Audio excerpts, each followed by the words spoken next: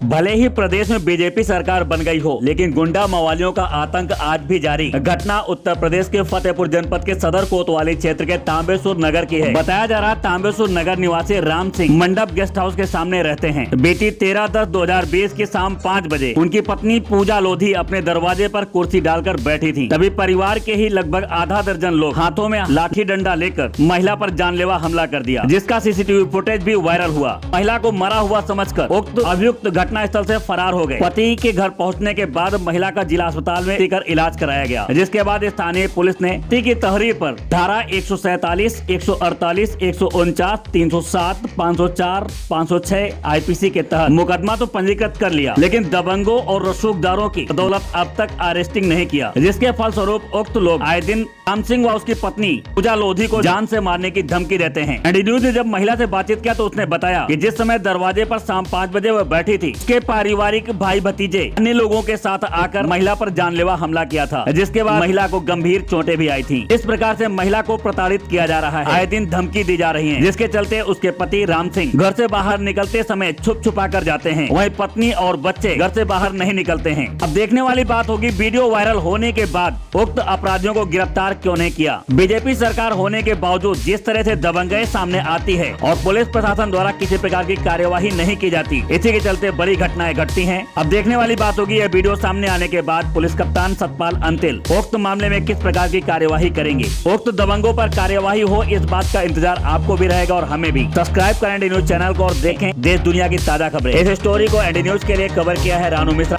और सहयोग दिया है राजेंद्र सोनी ने। कहाँ की रहने वाली है? मैं VIP रोड तांबेसुर नगर और मंडप गेस्ट हाउस के सामने रहती हूँ। क्या आपके साथ प्रकरण हुआ था? मेरे साथ मैं अपने घर के बाहर बैठी थी और मेरे परिवार के लोग आके मुझे जो है राड वाड से हथौड़ा से मारना शुरू कर दिया। मेरे घर में मेरे पति भी नहीं थे और वो कचहरी गए थे। उसके बाद जब आए तब लेके मुझे सदर अस्पताल लेके गए। ये कितने दिन पहले का मामला है? 2 महीना हो गए, 13 तारीख। कौन लोग थे जिन्होंने आपको मारा? राजू, रामचंद, हसमत अली और राजू के साले, राजू के ससुर, ये सब लोग थे। किस बात को लेके आपसे विवाद हुआ था? विवाद हमारा कोई विवाद नहीं है, खाली घर का बंटवारा की थोड़ी सी बात हुई थी कि घर के बंटवारा में जो है मेरे पति गए थे तो मेरे पति से पहले बकवास हुई।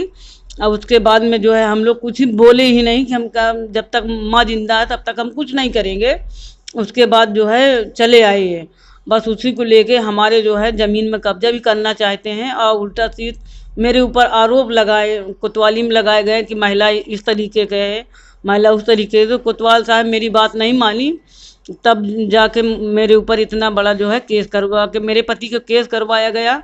उसमें जब जो है मेरे पति मैं इधर उधर करके किसी तरीके बचाया, उनको बचाने के बाद ये मेरे ऊपर ये प्रहार किया, जान से मार डाला था मुझको। अभी तक पुलिस कार्रवाई क्या हुई है? अभी तक पुलिस कार्रवाई बस विवेचना चल रही है। मैं पूछती हूँ सर कि क्या हुआ मेरे साथ, तो कह रहे विवेचना चल रही है, विवेचना में जो भी होगा वो जेल जाएंगे, आप धैर्य रखिए, बस इतना हमसे बोल रहे हैं। 2 महीने से अभी तक कोई गिरफ्तारी हुई? कोई गिरफ्तारी नहीं, खुलाआम धमकी देते हैं। मेरे पति घर से नहीं निकलते, ना मेरी बच्ची स्कूल जा पा रही है और मैं घर में ही मुझको जो है रखा जा रहा है। मेरे पति चुपचाप गाड़ी में वो लेके दवा लेने जाते हैं और डर की वजह से हमारे बच्चे, हम कोई बाहर ज़्यादा नहीं निकलते। कौन लोग धमकी आपको देते हैं? ये राजू, रामचंद लोधी और राजू पाल, धर्मेंद्र मौर्या, ये सब हमको धमकी देते हैं।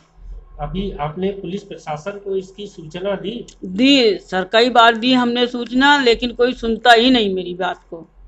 क्या नाम है आपका? पूजा लोधी।